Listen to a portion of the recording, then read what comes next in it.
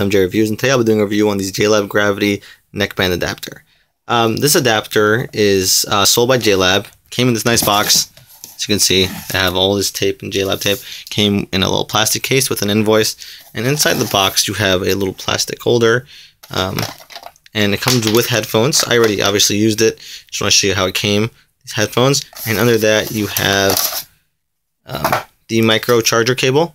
It's about half a foot long, and all these little pieces to put in the headphones, and no user manual, just little instructions of how to set it up. Now let's look at the headphones. These are Jbuds Pro, sold by Jlab, but like a toned down version. This does not have a microphone. It's angled, and this part is not angled. However, the 3.5 millimeter. It's kind of flat, rubbery. You know, seems pretty good. Let's take a look at the actual headphones. So I had to actually figure out a lot of the info myself because it did not have anything in the manual. These are IPX4. That means they're water resistant. They're not waterproof. They're made out of silicone rubbery material, which is great because you can kind of fold it up, put it in your pocket. That's nice. And this is not an actual pair of headphones. Rather, it is an adapter. So technically, you could plug any aux into here. As you can see right here, there's a little headphone jack. You put it in the headphones, and I did not use the headphones that they gave. Rather, I used my own headphones. Skull Candies. I like Skull Candies. I like these Smoke Muds too. So I use those. They have flat cable. They fit really nicely. These headphones are technically Bluetooth adapter, so you can plug them into your speakers or into your car or whatever, and use it as Bluetooth, however you like. You can put whatever you want into that port. So you can technically use this to make your speakers wireless if they aren't already. Now, the way you hook up these headphones is you just plug it in, or simply you wire them around. It's a little bump in the back. I'll show you how it opens up, and it is actually kind of messy. You want a flat wire so that way it's the least messy possible, but you're never going to get them exact. As you can see here, they are not even close to exact. One of them is very long, one of them is very short, and you know, if you manage to because see, that's where my headphones split into the right and left side. So as you can see right here, and that's where I tried to get in the middle, but it didn't really work out because I don't know, it's very messy. All these wires all over the place.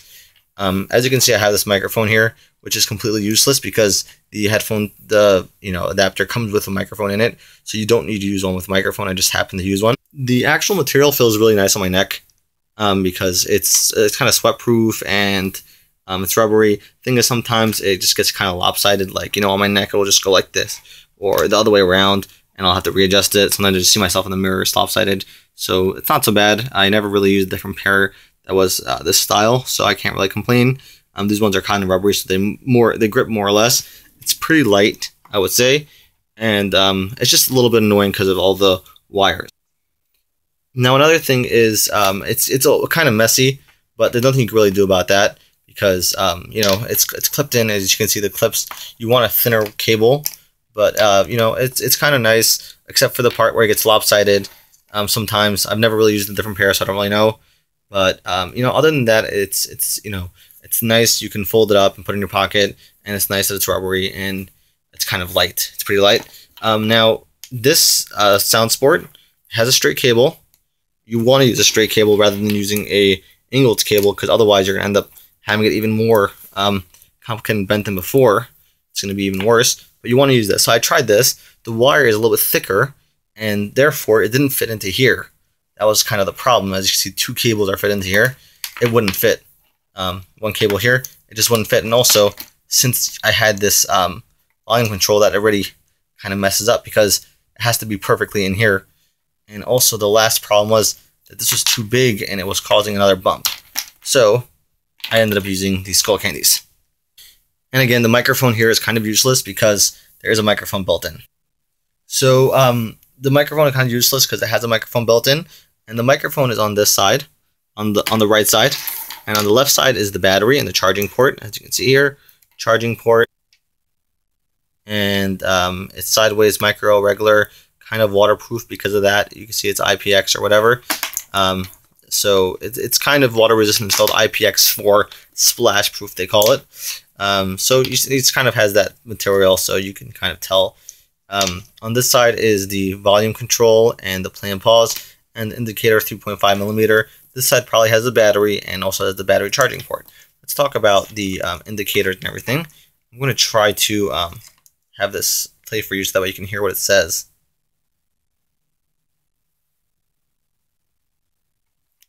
Okay, so right now it's pairing mode.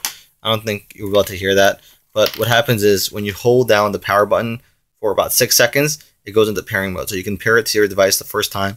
It'll just show up on your phone as a new device. You click it. It will stay in pairing mode for about 5 minutes before it just shuts off. Also, if it's not connected to anything, about 5 to 10 minutes, and then it'll shut off. It's not going to stay forever.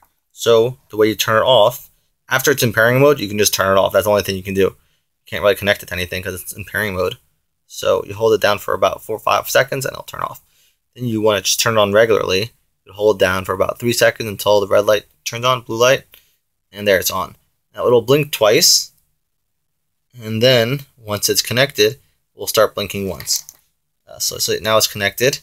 You can see on my phone, Jlab Gravity. There it is. It's also connected to my Fossil watch.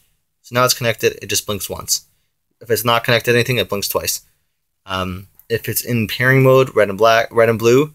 If it's connected, it's blinking blue once, and if it's not connected to anything, it'll blink blue twice until it'll shut up after 5 minutes. When it's charging, it will be red, and when it finishes charging, the red light will turn off. That's how you know it's done charging. So let's talk about the buttons for a second. Let's put on some music. So I have some music here playing from Pandora. I'll press this button and it will pause. Press this button and it will play. If I hold down on the plus button for about a second, it will skip to the next track. I like that it's only a second and not like 2 seconds. It's a very short amount of time. It will also repeat the track if I press down the minus button. I don't think Pandora does repeating, so there's that. If I hold down the, and we'll just stop Pandora. Okay, so we just stopped Pandora. And if I hold down on the play button, it will take me to Google. Or it should be taking me to Google. Yeah, so you hold down the play button for about 2 seconds. It will take you to Google Now. If you're in Apple, it will take you to Siri. So that's cool. But remember, double tapping this button will not get you anywhere. It will just play and pause. You have to hold down the plus button or the minus button. If you hold down this button for about 2 seconds, you get Google Play. Hold down for about 4 seconds and you'll turn it off.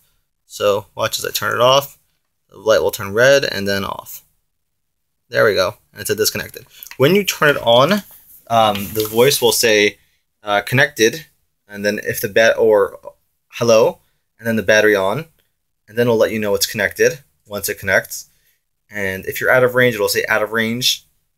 When you're pairing mode, it'll say pairing mode. If something is lost, if something is when the battery is medium or low, it will let you know battery low, battery medium. As soon as it changes. So that's pretty cool. The Bluetooth is 4.1, and the range that I tested out was 65 feet in an open hallway. To give you an idea of 65 feet, the end of that room over there, all the way down there, till downstairs into that closet.